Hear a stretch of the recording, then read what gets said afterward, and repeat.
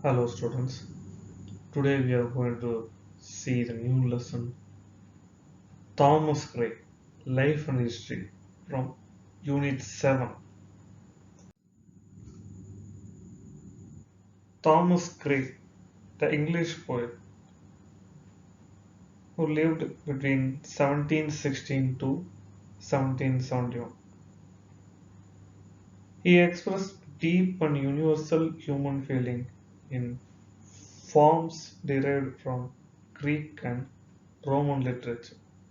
Although his output was small, he introduced new subject matter for poetry. Thomas Gray was born on December 26, 1716, of middle class parents. He was the only one of 12 children to survive infancy.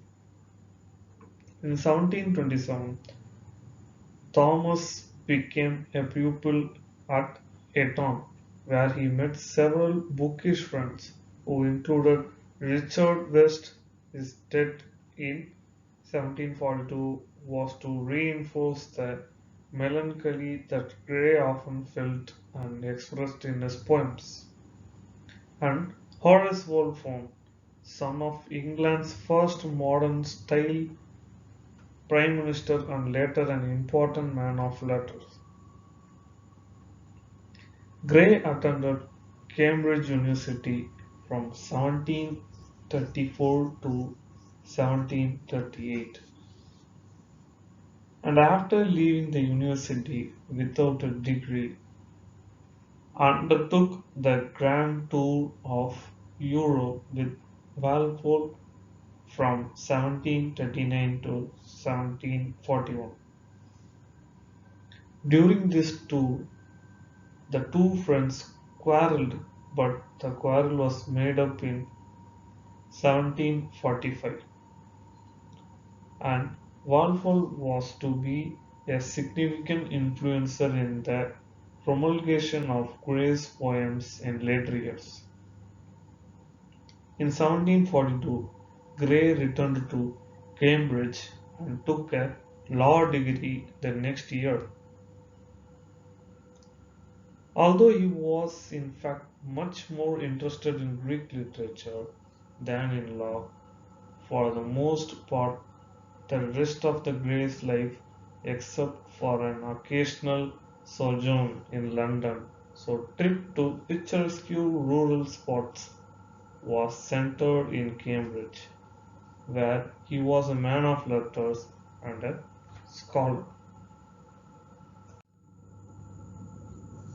Gray's poetry, almost all of which he wrote in the years after he returned to Cambridge, is proof that personal reserve in poetry and careful imitation of ancient modes do not rule out depth of feeling.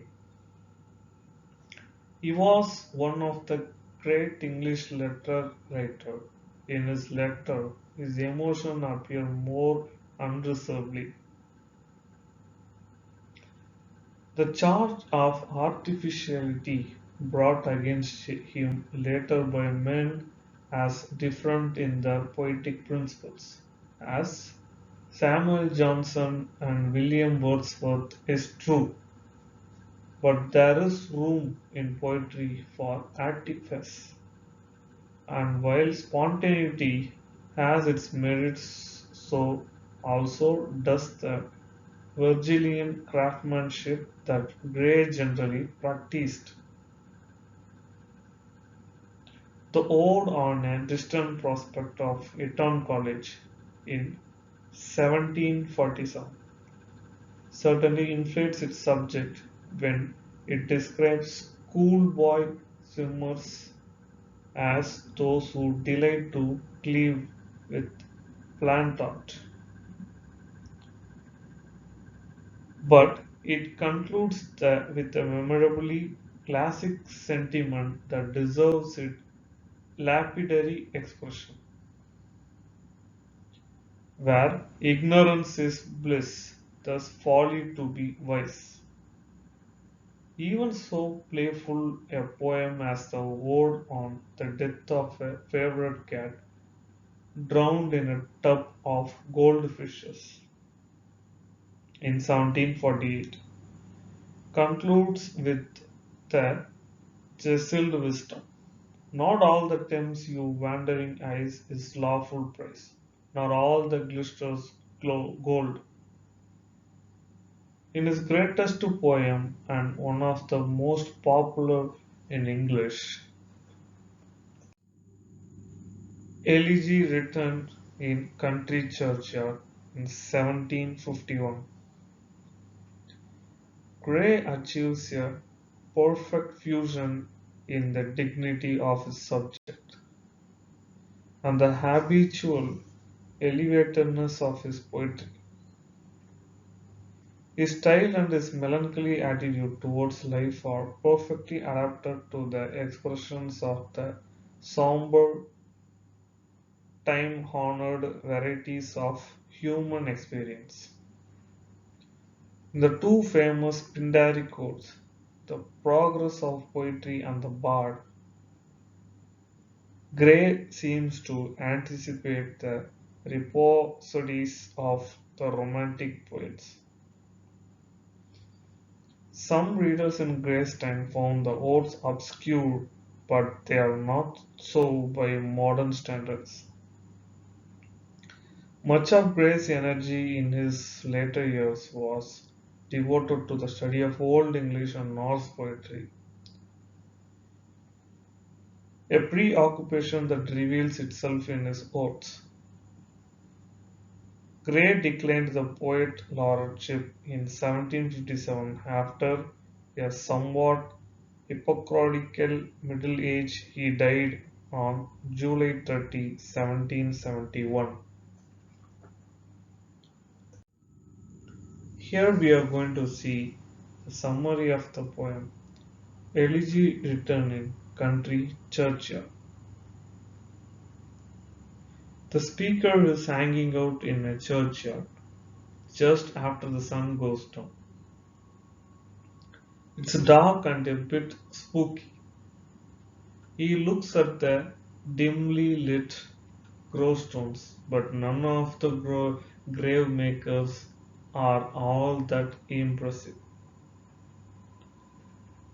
Most of the people buried here are poor folks from the village, so their tombstones are just simple, roughly carved stones. The speaker starts to imagine the kinds of lives they these dead guys probably led. Then he shakes his finger at the reader and tells us not to get all snobby about the rough monuments these dead guys have on their tombs. Since really it doesn't matter what kind of a tomb you have when you are dead. Anyway, and guys, the speaker reminds us we are all going to die someday. But that gets the speaker thinking about his own inevitable death.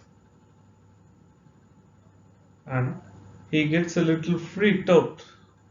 He imagines that someday in the future, some random guy, a kinder spirit, might pass through the same graveyard just as he was doing today. And that guy might see the speaker's tombstone and ask a local villager about it. And then he imagines what the villager might say about him.